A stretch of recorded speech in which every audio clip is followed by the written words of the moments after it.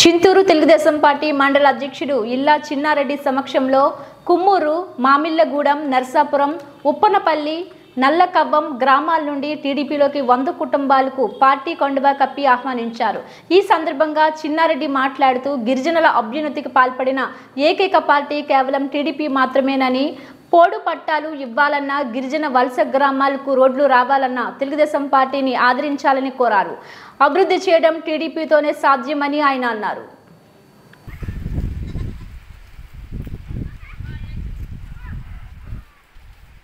అందుకని బీజేపీ పార్టీని కూడా మనం ఆదరించాలి. ఖచ్చితంగా ఇక్కడ గెలిపిస్తేనే మనకి ఇటువంటి ఏవైతే ఫారెస్ట్కి సంబంధించిన క్లియరెన్స్ ఉన్నాయో ఇవి తీసుకురావడానికి ఈజీగా ఉంటుంది. అంటే ఇక్కడ కొంత ప్రాబ్లం లేకపోవచ్చు. ఆ పేగ పంచాయతీలో చాలా ప్రాబ్లం ఉంది. కొన్ని ఇంటీరియర్ గ్రామాలు కూడా ఉన్నాయి కదా, వలస గ్రామాలు కూడా ఉన్నాయి. నన్ను అడిగారు, వైసీపీ వాళ్ళు రాత్రి రోడ్డు వేసేస్తామన్నారండి, మీరేం పగలేస్తారా అని అడిగారు నన్ను. నేను రాత్రి వేయలేను, పగలేయలేనయ్యా, ఇది నా చేతిలో పని కాదు. బీజేపీ పార్టీ ఎంపీని మనం గెలిపించగలిగితే కేంద్ర ప్రభుత్వం కానీ బీజేపీ వస్తే ఎంపీ ద్వారా ఈ పని చేయగలుగుతాం. ఎట్ ద సేమ్ టైం మీరు 1.5 కిలోమీటర్ కాదు, 3 కిలోమీటర్ల దూరంలో ఉన్నారు. ఒక విలేజ్ వచ్చి 3 కిలోమీటర్లు ఉంది. ఇక్కడ రిజర్వ్ ఫారెస్ట్ తవ్వాలంటే ఫారెస్ట్ క్లియరెన్స్ కావాలి. అది సెంట్రల్ గవర్నమెంట్ కూడా సాధ్యం అవుతుంది. కాబట్టి ఇవన్నీ సమస్యలు ఉన్నాయి. కాబట్టి బీజేపీని కూడా గెలిపించండి అని చెప్పి నేను మీ అందరి ముఖంగా సభాముఖంగా మిమ్మల్ని కోరుతాను.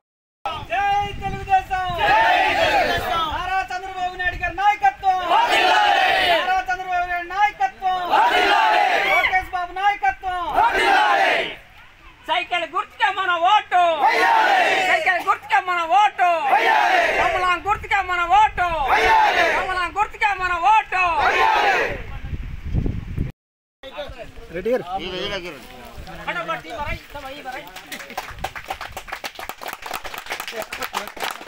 రాజు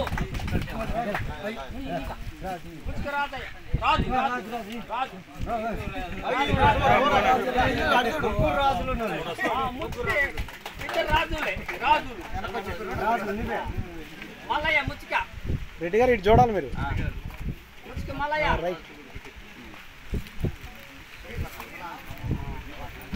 ముచ్చిక రాజయ్య రాజయ్య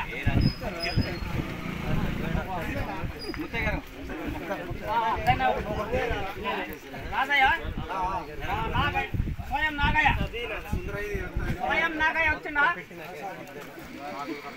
సరే, స్వయం ప్రసాద్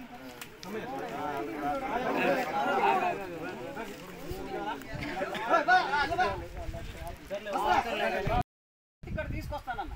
కోర్టు ఒకటే కాదు, అవసరమైతే ఈ డివిజన్కి సబ్ జైలు కూడా రావచ్చు. ఎందుకు సబ్ జైలు అని చెప్తున్నానంటే, ఎక్కువ రిమాండ్ ఖైదీలు అంటే నేరం చేసిన తర్వాత నేరం ప్రూవ్ అవ్వకుండా శిక్ష పడకుండా రిమాండ్ ఖైదీలు ఉంటారు కదా, ఈ ఖైదీలంతా కూడా ఈ మండలాల నుండి ఎక్కువ మంది ఉన్నారు సబ్ జైల్లో. గంజాయి కేసులు మోతుగూడలో ఎక్కువ జరుగుతాయి, డొంకరాయిలో జరుగుతాయి, చింతూరులో జరుగుతాయి. ఈ గంజాయి కేసులకు సంబంధించిన ఖైదీలు సుమారు 500 మంది నుంచి 1000 మంది ఇక్కడే దొరుకుతున్నారు. వీళ్ళకి సబ్ జైలు కడితే ఇక్కడ మనకి ఇంకా డెవలప్మెంట్ కనబడుతుంది. ఇంకా 4-5 ఉద్యోగాలు వచ్చే అవకాశం ఉంటాయి.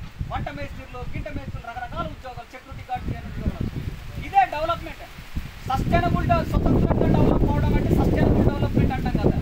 ఆ డెవలప్మెంట్ అంటే వీళ్ళు చెప్తారు రాజధాని ఒక్కడి కడితే కుదరదు, 3 చోట్ల కడితే బాగుంటుంది, చేయాలి, అలా డెవలప్ చేయాలి. రాజధాని కట్టడం అవసరం, ఒక్కడు కడితే కట్టే సంఖ్యలు దాని చుట్టూరు వచ్చేది ఏంటి డెవలప్మెంట్ అంటే, ఎవడికి వాడు ఆస్తులు కొనుక్కుంటాడు, కొనుక్కొని ఆటోమేటిక్గా దానికి స్వతంత్రంగా డెవలప్ అవుతుంది ఆ ఏరియా.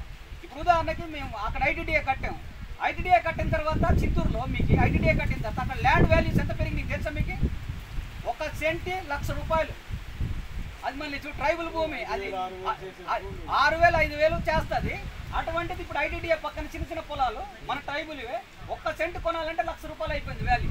ఎందుకు వాల్యూ అయింది? ఆఫీసులు రావడం వల్ల.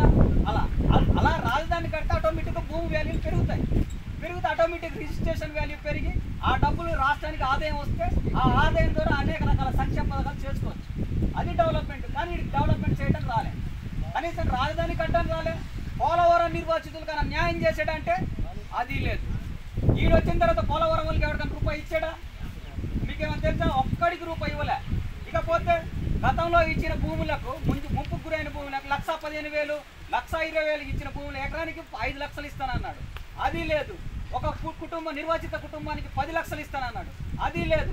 బొదురాయిగూడెం కాలనీ టీడీపీ గవర్నమెంట్లో కట్టిన కాలనీ ఈ రోజు కూడా అక్కడ ఆ కాలనీలో మౌలిక వసతులు రోడ్డు కానీ డ్రైనేజ్ కానీ ఏమీ వేయలేదు. ఆ కాలనీ తుప్పలు పట్టేసి అలా ఉంది.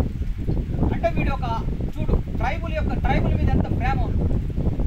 కనీసం నిర్వాసితులకు ₹1 కూడా ఇవ్వలే. ఈ 5 సంవత్సరాలు నువ్వేం చేసినట్టు? పోలవరం నిర్వాసితులకు న్యాయం చేసావంటే అది లేదు. ఇంకెవరికి చేసినట్టు? పోనీ ట్రైబుల్కి ఏమన్నా న్యాయం చేసావా? అది లేదు. ట్రైబుల్ నిరుద్యోగులు చదువుకున్న వాళ్ళకి ఏమైనా ఒక డిఎస్సి తీసావా? అది లేదు. ఇంకేం చేసినట్టు? ఇంకా ట్రైబుల్ ఏ విధంగా ఎదుగుతారు? రోజు వెనక్కి వెళ్ళిపోయే పరిస్థితి కదా.